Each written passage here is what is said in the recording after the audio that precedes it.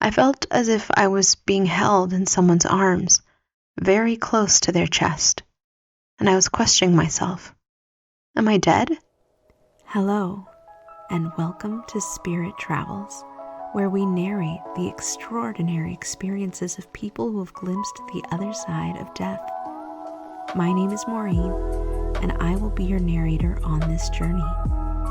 If you enjoy this content, please make sure to like and subscribe to support our channel. Now let's begin.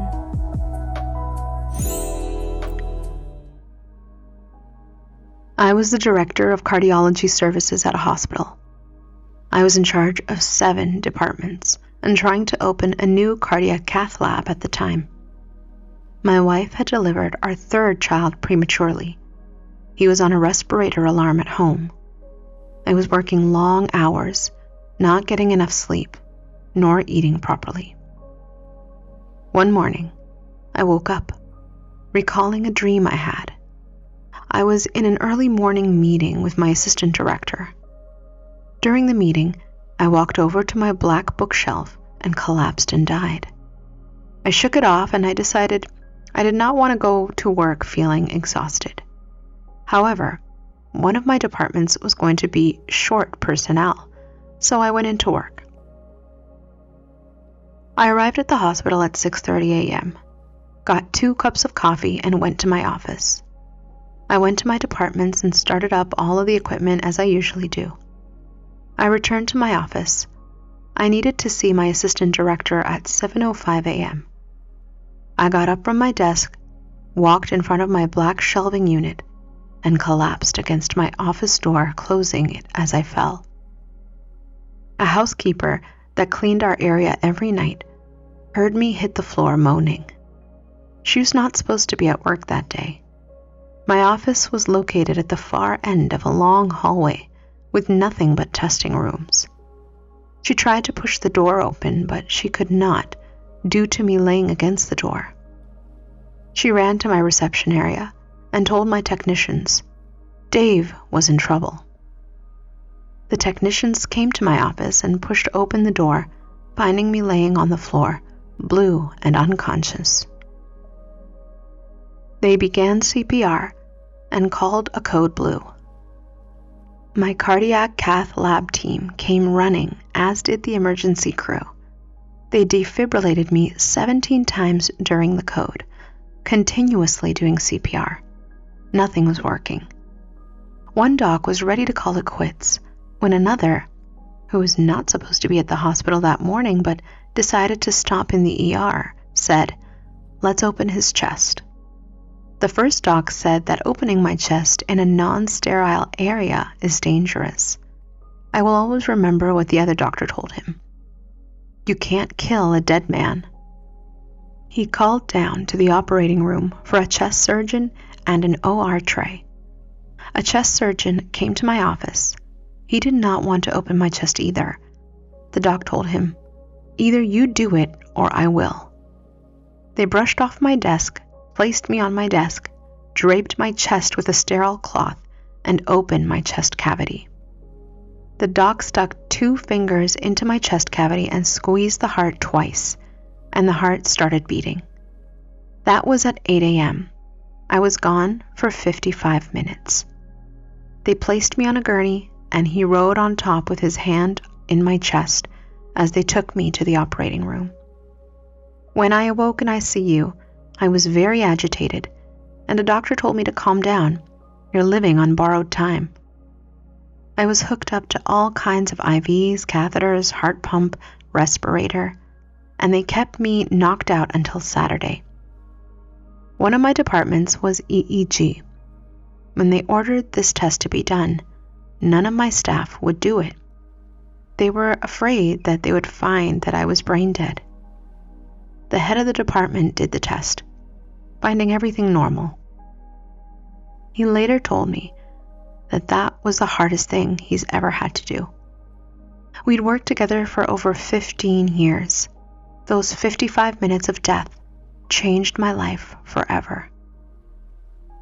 I found myself floating about 4 feet off the floor horizontally. I saw the outline of my body No features, just the outline.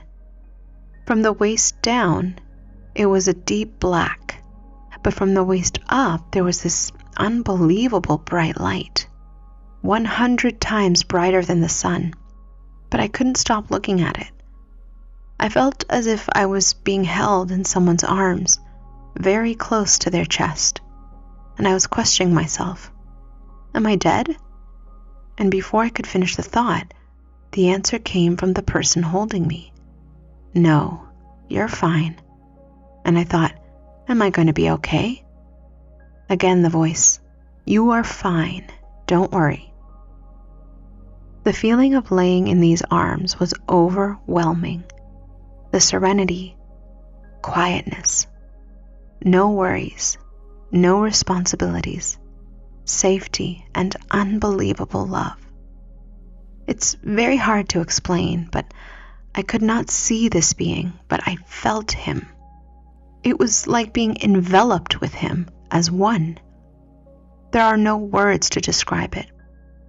Suddenly, I began floating back to my body on the floor, heading towards the light in the top part of my body. But I wasn't going back into the body, but through it, into this glorious light. As I was floating toward the body of light, I saw movement within the light, but I couldn't distinguish what it was. Then I began hearing my name being called. It was very annoying, like a bee buzzing around your face. Dave, Dave, Dave, Dave. Suddenly, I was being thrust upward through this tunnel, so fast. The sound of my name was getting louder and louder. That's when I woke up and I saw the ICU nurse looking down at me. Suddenly, all the responsibilities, worries, problems, pain came tumbling down on me like 100-ton weight. I got very upset. I saw all the machines, wires, tubes hooked up to my body, and I knew what each one was for. They were keeping me alive with machines. That's when I started pulling tubes and anything I could get my hands on to disconnect me from the machines. I felt that they cheated me. Let me go back. I didn't want to be in that ICU bed alive. I wanted to go back.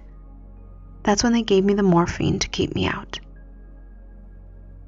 When I could write later the next day, I asked the nurse if they were keeping me alive with the machines. She said no. After getting stabilized, they transferred me to another hospital and did numerous amounts of tests, finding nothing wrong. I was in perfect health. I did not tell anyone of the experience for at least 6 months, thinking that they would think I was nuts. I was admitted to the hospital for myocarditis. The doc came to my room, sat down, said nothing, and began watching TV with me. After a while, he looked at me and asked, "Dave, did you experience anything while you were out during the arrest?" I was sort of caught off guard and looked at him. He said, "You don't have to tell me if you don't want to." He told me about his experience when he had had a heart attack and what he saw. He was the first person that I told my story to. Then I began telling everyone I knew about my NDE. I was on the Oprah Winfrey Show on near-death experiences. I was on television news programs. I was on 2 radio shows, newspapers, and articles. I wrote to universities to get more information on NDEs. I felt I was the only one and all alone. Who would understand? Who would believe me, other than those that have had one? I read books wanting to learn everything I could. Before the NDE, we had everything. New home, 2 cars, all the perks of life. My wife was an RN working at the same hospital.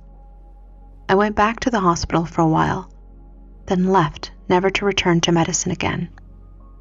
My priorities had changed. Nothing meant the same anymore. Life was meaningless. All the money, cars, big homes, titles were irrelevant. Within 4 years, I was divorced, had nothing, and was living with my parents. I went into major depression. Left my parents, slept in my car, thoughts of suicide. I couldn't understand why I had that experience, and then sent back to this world and end up with nothing. From riches to rags. I ended up in a Christian shelter, began working as a Christian counselor. I was still trying to understand why me. A client came to my office wanting to hear the story about my NDE. I figured maybe it would help him. He was a drug-addicted 24-year-old and a really nice person. I told him my story. Afterwards, I told him I did not understand what I was supposed to do with my life.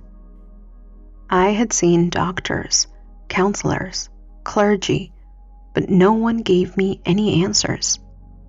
This 24-year-old kid tells me, "Dave, maybe this is it, helping others that have nothing." Suddenly a light went on. Yes, that's it.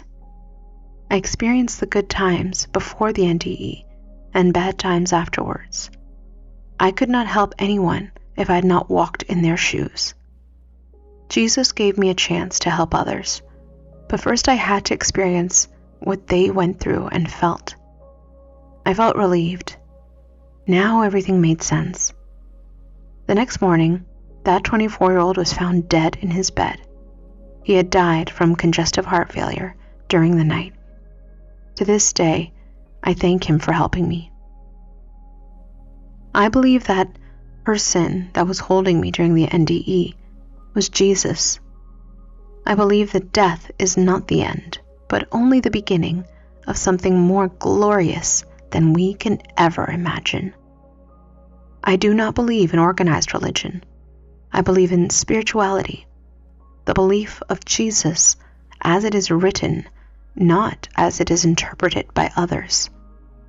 I've studied spiritual warfare and it is very real. I believe Jesus suffered for us, and we need to forgive ourselves of sins because he's already paid that sacrifice for us. I believe we're all children of God. Today I'm very happily married and living in Ontario. I've had 2 major surgeries on my neck due to the 17 electrical shocks during the arrest. My head kept hitting the floor during the defibrillations. I do have strange things happen electrically. Street lights going off as I drive under them. Light bulbs glaring brightly in a living room for no reason. My body's temperature can raise remarkably with biofeedback. I would be very happy to discuss my experience with anyone who's looking for answers. After my NDE, I felt very alone. I changed my life for the better. It gave me one. P.S. I'm not sure if I should have mentioned the doctors' names, but they deserve all the credit.